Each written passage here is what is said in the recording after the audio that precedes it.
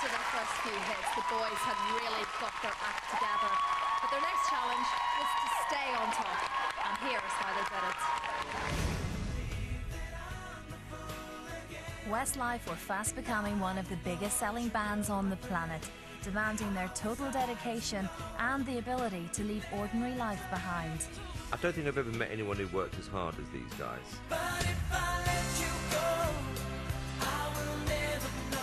There's months of preparations, months of recording, touring, being away from home that goes into being in Westlife.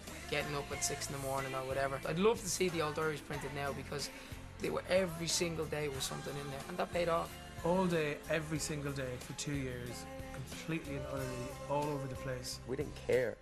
You know, it was getting so big. Every country we went to, it was amazing. We were running on such adrenaline that we didn't even realise. They were like little puppies in those days. I mean, they were so happy and enthusiastic and just wanted to sing. Always with them, it was about the fans. They were always conscious about, no matter how tired they were, people had paid to see them and they had to put on a show. Touring for us is probably the most enjoyable part of Westlife. And putting on the best show possible gave one band member the opportunity to misbehave. Brian was a real messer. He was a lot of headlocks and chill out, you know, you gotta do this, like, you know what I mean? I remember being on stage and on Brian's speech he started singing Amore. When the moon hits you right. And we're looking at him going, in the name of God, is he doing? But the whole crowd joined in. He was such kind of like loose character that he was brilliant for that.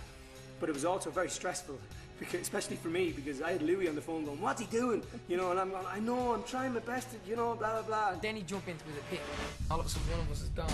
Don't get me wrong, the people in the front loved it.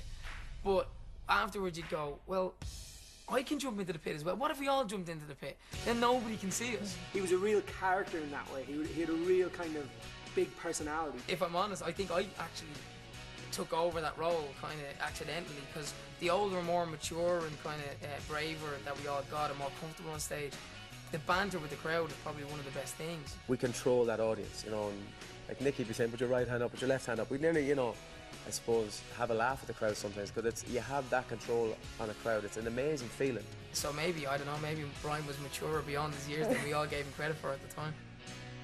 Suddenly, you find yourself visiting these incredible countries, places you'd never been before. Before Westlife, I'd never been outside the UK.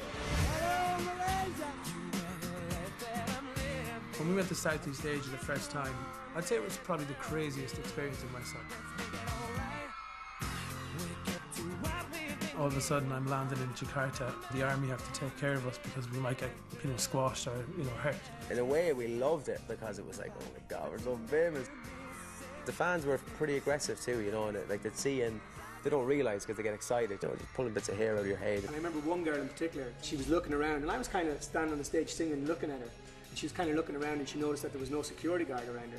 So she jumped up, ran on the stage and just ran straight at Mark and just threw herself onto Mark in the middle of the song. I didn't know what it was. I thought I was getting attacked. I thought someone was coming to get me. That's it. I'm a goner.